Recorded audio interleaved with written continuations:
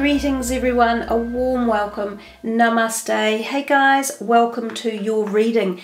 Virgo, this is your reading for October 2018. So thanks for joining me from wherever you are listening around the world.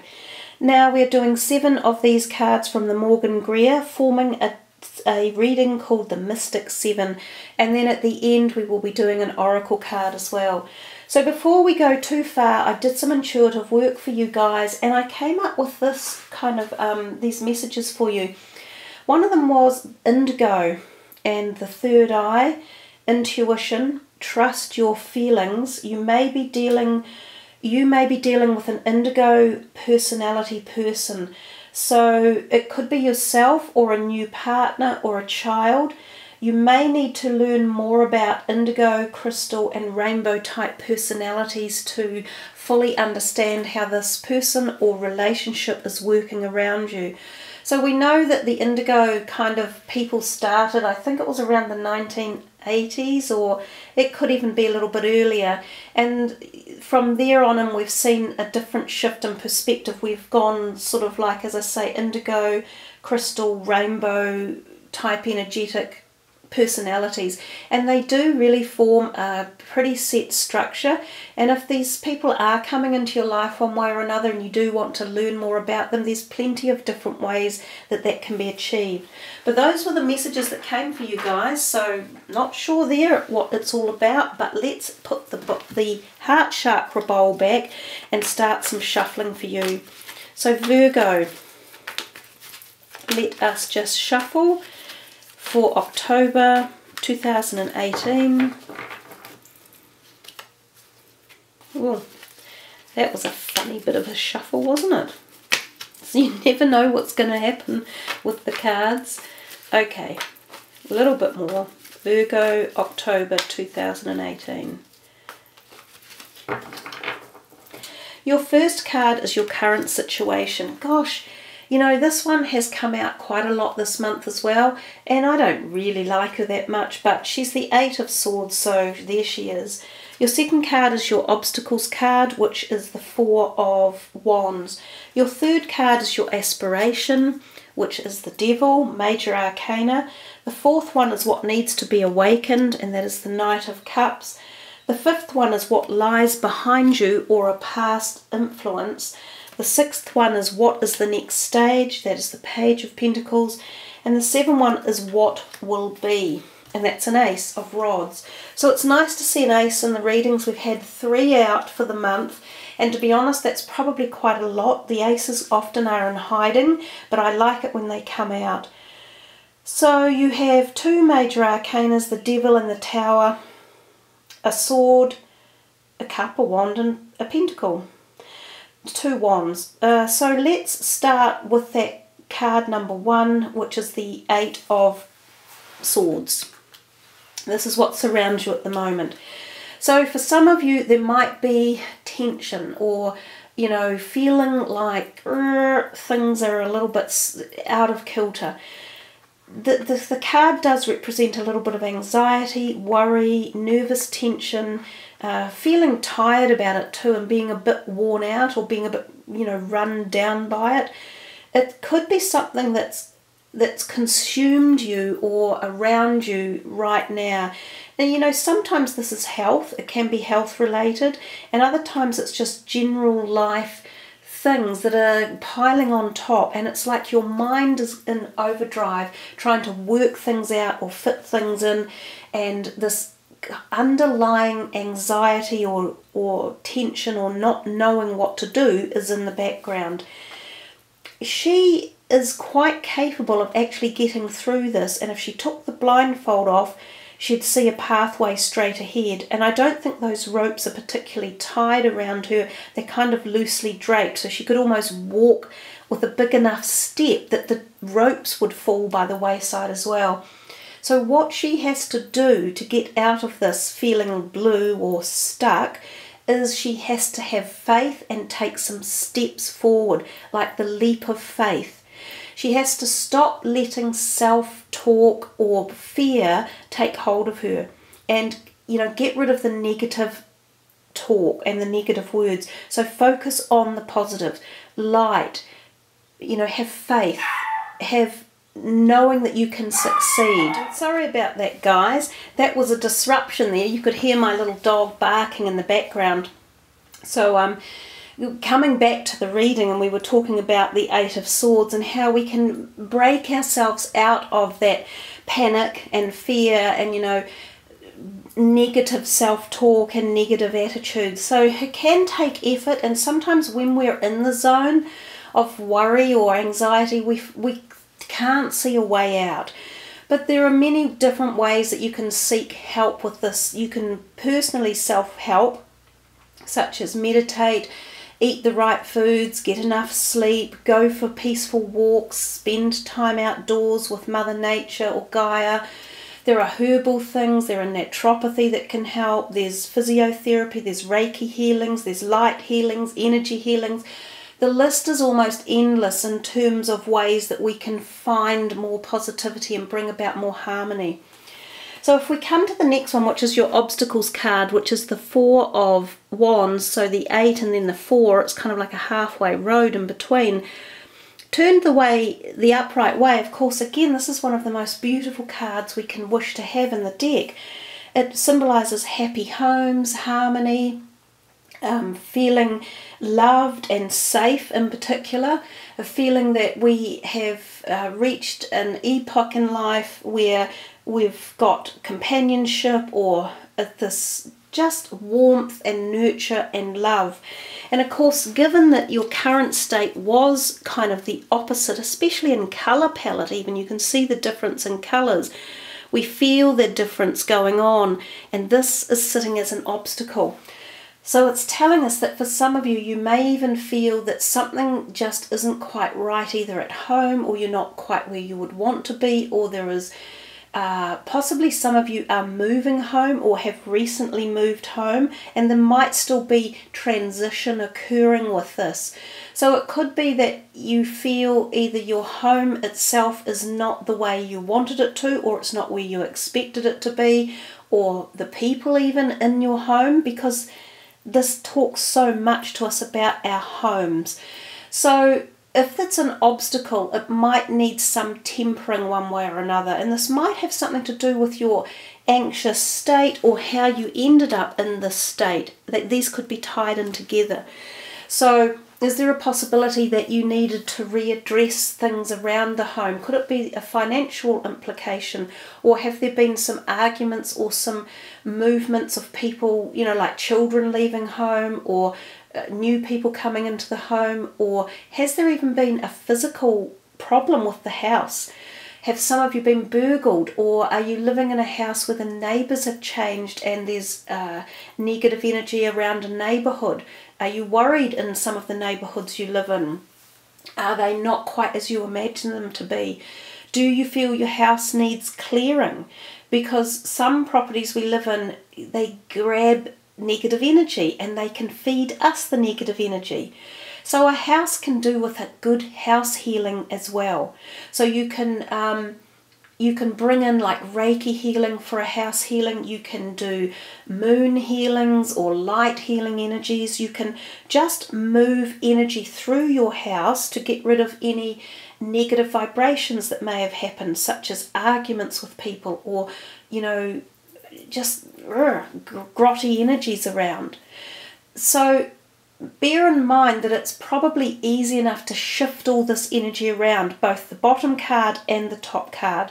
And when I say easy enough, I don't mean that to be, you know, like pertinent or rude, because I understand that whenever you're in a problem space, it doesn't seem easy. And for other people to say, oh, it's easy to shift it around, that can often seem, you know, the very worst thing to say. But what I mean is, as I said earlier, you have so many options to uplift here to make these changes happen. So I think perhaps I should take back what I said. I didn't mean it was easy to shift these things, but what I mean is there are solutions, and there are many different solutions.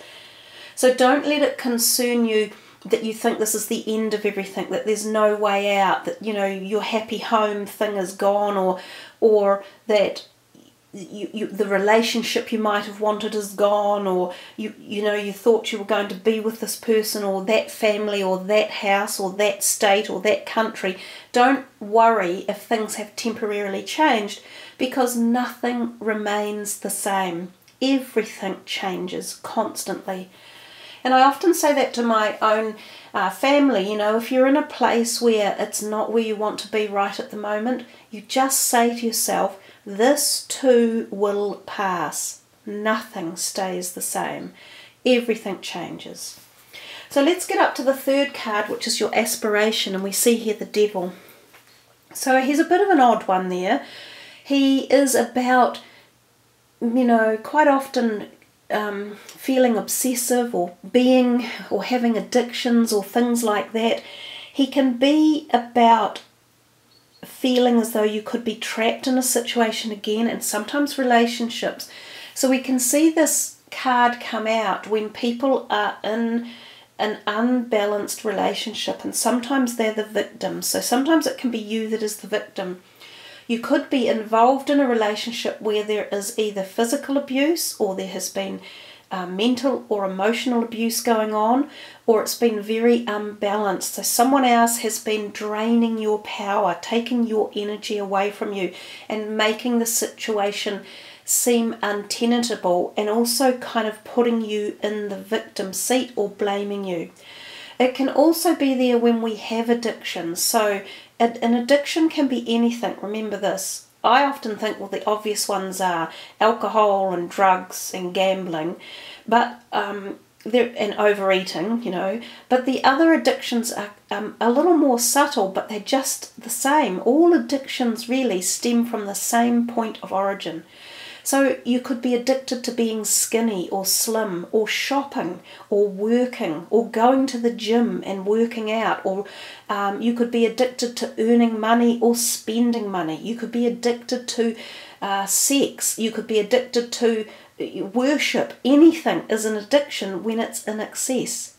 So if this card is your aspiration card, maybe it's talking to you about finding balance again, finding this inner balance, finding the calm, finding the peace from something that's been one-sided or lopsided or bringing you down. So with that, we come to what needs to be awakened, and we see the beautiful Knight of Cups. The Knights and the Pages are the messengers in life, and they often tell us that there is a message of some sort coming to us, and the cups are usually related to our heart or the emotion of love. So if this is what needs to be awakened, it's possibly telling you need to awaken again to the honour and respect and dignity or warmth of love, and opening your heart and feeling a connection, whether it be with yourself, with another romantic partner, or with life in general, or your family, or your community, or something. So he definitely feels things passionately at the heart, the Knight of Cups. So this could also be talking to you about just feeling something with passion in your life, like reconnecting with your dreams and desires and aspirations, the things that turn you on, that make you feel elated and fired up and excited about life. It could also be that type of message. If we come to the fifth card, which is what lies behind you, which is a past influence, well, there we have the Tower. So the old Tower and the devil, eh? Rear their ugly heads. Okay, so the Tower is, a bit grinchy. He kind of represents a sudden turn of events, and it can be, I don't want to say catastrophic, but cataclysmic maybe. It's like it can be unexpected when the Tower turns up, and it's usually because something in your life was not fundamentally balanced again. So this out of balance stuff we've had going on. It's as if a relationship, quite often, which is what it is with the Tower, or a belief system that we've been sitting on, relationships that we've had, they have crumbled because they weren't firm, they weren't fair, they weren't balanced, they weren't strong. So the Tower often hits out of the blue. It can be quite argumentative. I've seen this happen when arguments actually happen. And these can also happen at work too, I might add. So this can be at work or within personal relationships as well. It's when our integrity values are ripped asunder, when we're left sitting high and dry and we go, oh my God, what's happened here? It's like a bolt of lightning hits you. It's like you go, get me out, save me, remove me from this situation. I need this person or this job gone or whatever. So if it's in the past, it's a good thing. It means you've just been through it, or you've been through it a while ago and you are now emerging from the other side. And again, like everything, when we've been through something like that, what do? We've learnt a lot. We've changed direction. We become a new ourselves. And this is what is probably moving you forward in a new direction. Leaving behind the old, or leaving behind trauma, or leaving behind bad synergies, energies, and relationships. It doesn't necessarily mean either that they have to be completely severed, but what it does mean, if they get back together, they have to be completely changed. They have to be formed and formulated on an appropriate foundation so that everything works to a better degree. Coming to number 6 is the next stage. You know, most everyone has had 2 or more court cards in their reading. And you've got the younger court cards, so they're often, as I said, about messages and delivering things. The Page of Pentacles is more often than not talking to us about opportunities or new directions, possibly coming around our finances or job opportunities. Now, sometimes he can be the messenger of, like if you've put your CV out and you're applying for jobs, you might hear about attending an interview, or you might be offered a job, and this could come out of the blue. If you own a business, you might find someone who you've been looking for a long time, a new employee coming on the scene. If you're looking for ways to financially restructure or have some more money coming in, this could be the person or the energy that creates that. Given that this page of Ace of Rods is right next to him, both of these have a predisposition to be talking about money and or career type opportunities. So the Ace of Rods, which is your final card, which is what will be as the future moves on, this is wonderful card to get in that position. This is new beginnings, it's new opportunities, it's creative flair and design and passion and insight and growth. You know, everyone wants things like the Ace of Wands or Rods in their reading. As you move into the end of October, and I think as you move through the year, this surge of creativity, opportunity, deliverance, ideas, possibilities, they're all going to start coming towards you. So I think on that note, it's a great one to finish with. So you've had a lot going on, or you've had a lot of insight delivered within the reading, and I think as you move forward, there's kind of good potential for newness and creativity and ideas and possibly restructuring and money and finances and growth. So there you are, guys, that's your reading for October.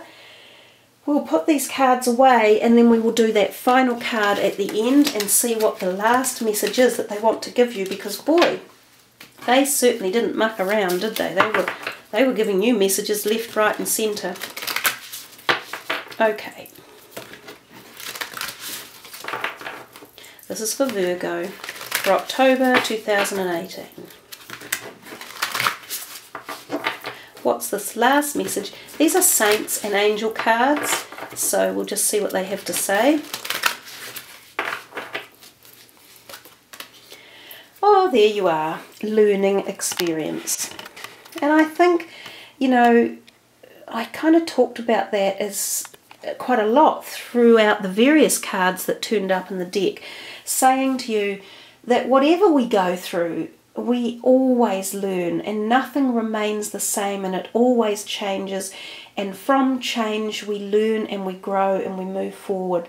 So that's your guardian angel there, and she is sort of just saying, don't take you know, don't be afraid. Don't put too much fear or angst or worry into situations, and know that what you are going through, whatever it is in your life that you're focused on at the moment or is happening to you personally or privately, it's a learning experience, and you grow from it, and you're nourished, you're enriched, you become a wiser person, clearly, because it's a learning experience, and it takes you on to the next steps and stage of life. I love the colours in that card. I love the white and the creamy background. It seems very soothing and very uplifting and quite celestial. So thank you guys for listening and tuning in. I love it when you leave your comments, and please sub the channel and push the little bell button beside the sub so that you can get any new uploads that come your way. So I wish you all a very happy October ahead. For some of you, you may have a lot on your plate and you may have a lot going on, but just focus on this card and that beautiful Ace of Rods, and know that they take you into the future in a more positive light. So thanks again, everyone. Much love. Namaste.